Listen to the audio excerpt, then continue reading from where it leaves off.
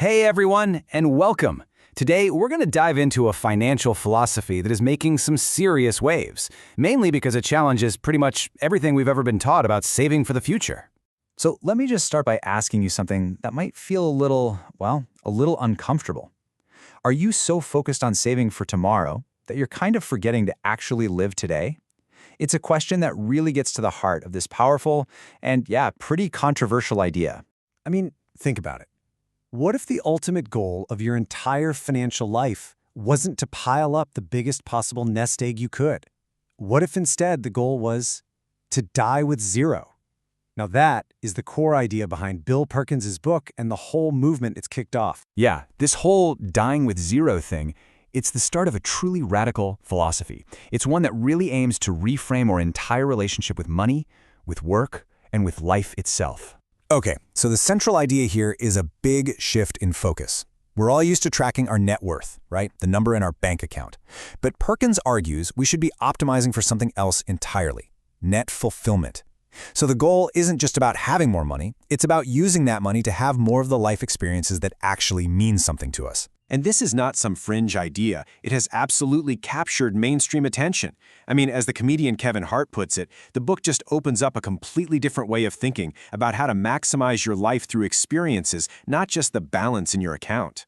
This brings us to a really fascinating concept called memory dividends. Think about it like this. When you buy a brand new car, it starts losing value the second you drive it off the lot. But when you invest in an incredible trip or a meaningful experience, the memories from that can actually grow in value over time, paying you these little dividends of joy for the rest of your life. So what's the big problem this philosophy is really trying to solve? Well, it's the fact that so many of us are driven by this deep-seated fear of running out of money. And the data actually shows that for a lot of people, this fear leads to oversaving. The median person in their early 70s still has over $200,000. And that's often a time in life when, your ability to really enjoy those physically demanding or adventurous experiences is starting to decline. Okay, I can hear you already. This is the first big objection that always comes up, right? What about the kids? Isn't it kind of selfish to just spend all my money on myself? The book's response to this is both simple and incredibly powerful. Give it to them while you're alive. A $50,000 gift to your kid when they're 30 and trying to scrape together a down payment on a house, that is life-changing.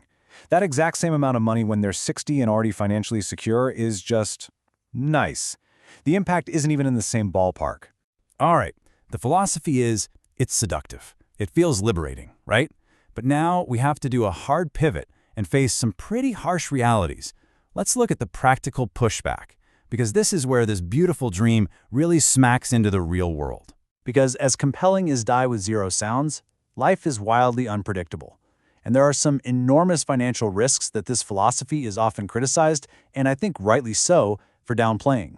Let's just start with a number: $8,000 to $12,000. That's the typical cost per month for memory care in the US. And here's the crucial part: Medicare does not cover this.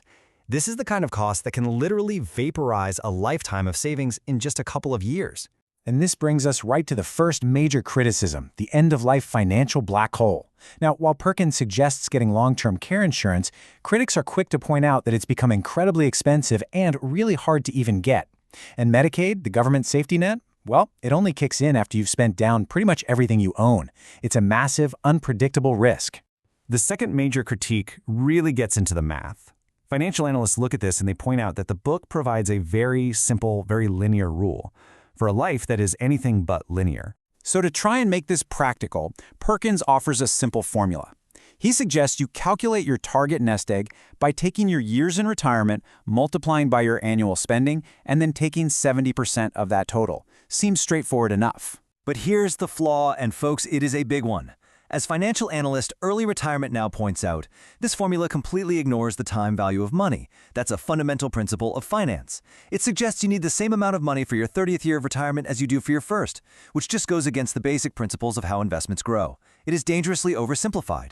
Okay, so we've got this inspiring philosophy on one side and some really serious practical flaws on the other.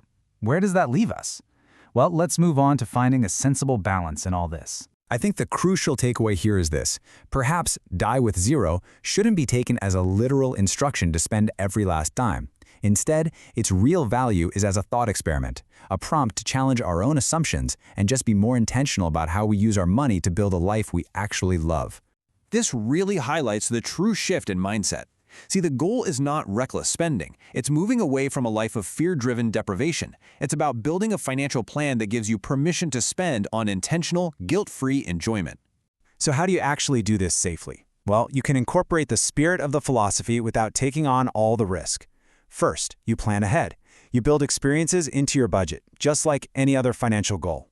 Second, stay within your lifestyle. This is about enjoying what's aligned with your means. Third, get creative. Use points, miles, off-season deals. And finally, and this is maybe the most important part, focus on meaning.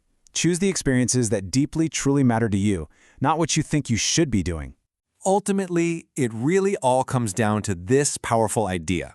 We all know you can't take it with you. The real challenge and the real opportunity is to make it count while we're here. And that leaves us with one final thought to reflect on. Maybe the objective was never really about the number in our bank account at the very end. What if the real measure of a life well lived is to get to the end not with $0, but with 0 regrets?